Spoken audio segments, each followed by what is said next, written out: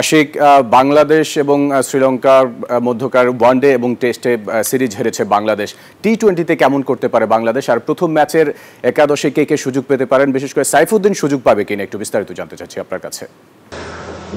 ধন্যবাদ ফয়সাল। যেমনটা বলছিলেন যে কেমন করতে পারে বাংলাদেশের সাম্প্রতিক পারফরমেন্স কিন্তু বাংলাদেশের পক্ষে কথা বলছে না।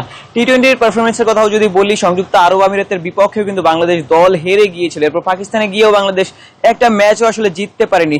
সেই সাথে লঙ্কানদের মাটিতে এসে ওয়ানডে এবং টেস্টে বাংলাদেশ কিন্তু তাদের নামের প্রতি সুবিচার করতে পারেনি এবং সিরিজগুলো আসলে হেরে গেছে।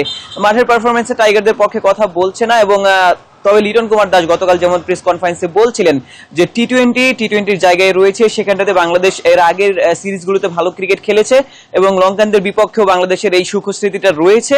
সেক্ষেত্রে বাংলাদেশ হয়তো এই পাল্লে কেলেতে টি-20 দিয়েই ঘুরে দাঁড়াতে চাইবে। বাংলাদেশ দলের একাদশটা কেমন হতে পারে সেটি কিন্তু একটা ভালো প্রশ্ন, কারণ সেখানটাতে বেশ কিছু নতুন ক্রিকেটার আমরা দেখতে পাচ্ছি। আরেকটা প্রশ্ন যেটি করেছেন সাইফুদ্দিন সুযোগ পাবেন কিনা, সেটিও কিন্তু অনেক বড় একটি প্রশ্ন।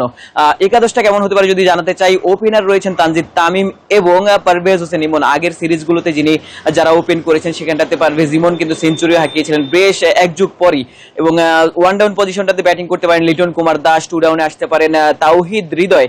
5 নম্বর পজিশনটাতে একটু ঝামেলা রয়েছে, কারণ বাংলাদেশ দল ওই 5 নম্বর পজিশনের একজন ব্যাটারের সংকটে ভুগছে। মেহেদী হাসান মিরাজ হতে পারেন সেই জায়গাটাতে অনেক বড় একটা সমাধান। তবে মিরাজের বোলিং নিয়ে কিন্তু প্রশ্ন রয়েছে, কারণ টি-20 ফরম্যাটে তাকে আসলে ক্যাপ্টেনরা বোলিং করাতে পারেন না। এবং এরপর রয়েছে স্পিনারদের জায়গাগুলো, রিশাদ হোসেন সেখানেতে রয়েছেন, জাকির আলী অনেক রয়েছেন ফিনিশার হিসেবে, এবং শেখ মেহেদী থাকতে পারেন, এবং 3জন পেসার সেখানে থাকতে পারেন। 3জন পেসারের জায়গায় তাসকিন আহমেদ, মুস্তাফিজ এবং তানজিম সাকিবকে না খেলানোর আসলে কোনো কারণ নেই। সেক্ষেত্রে সাকিবের কাছেই হয়তো বা সাইফুদ্দিন তার জায়গাটা হারাতে চলেছেন।